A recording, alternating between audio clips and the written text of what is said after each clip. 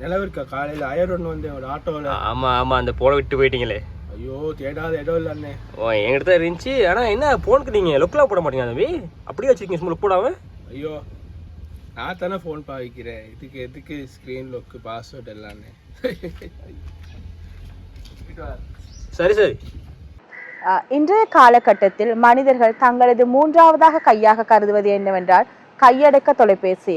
ஆம், இந்த கையடக்க தொலைபேசியை நீங்கள் எவ்வாறான முறையில் பாதுகாத்துக் கொள்கிறீர்கள் என்பதை பற்றிய பதிவே இது.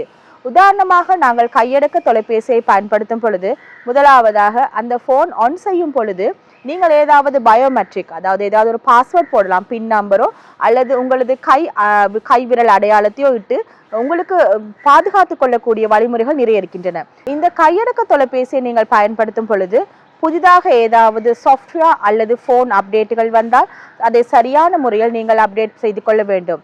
தவிர உங்களை அறியாத வண்ணம் ஏதாவது ஒரு வகை லிங்குகள் வந்திருந்தால் உங்களோட ஃபோனுக்கு நீங்கள் அதுகளை கிளிக் செய்ய வேண்டாம்.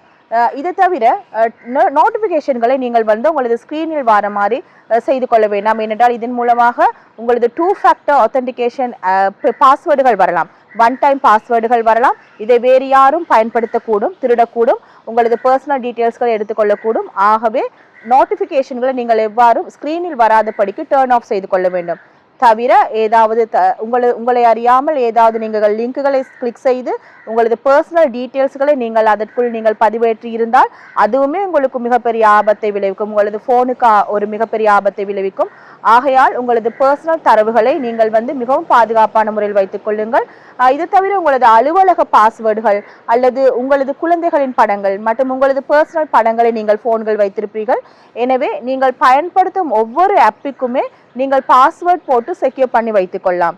தவிர நீங்கள் ஏதாவது புதிதாக ஒரு ஆப்பை டவுன்லோட் செய்யும் பொழுது அதை டவுன்லோட் செய்வது பிளே ஸ்டோரோ அல்லது பிளே ஸ்டோரில் நீங்கள் டவுன்லோட் செய்யும் பொழுது நீங்கள் போய் பார்க்கலாம். இது பாதுகாப்பான ஒரு ஆப்பா என்று நீங்கள் செக் பண்ணிக்கொள்ளலாம்.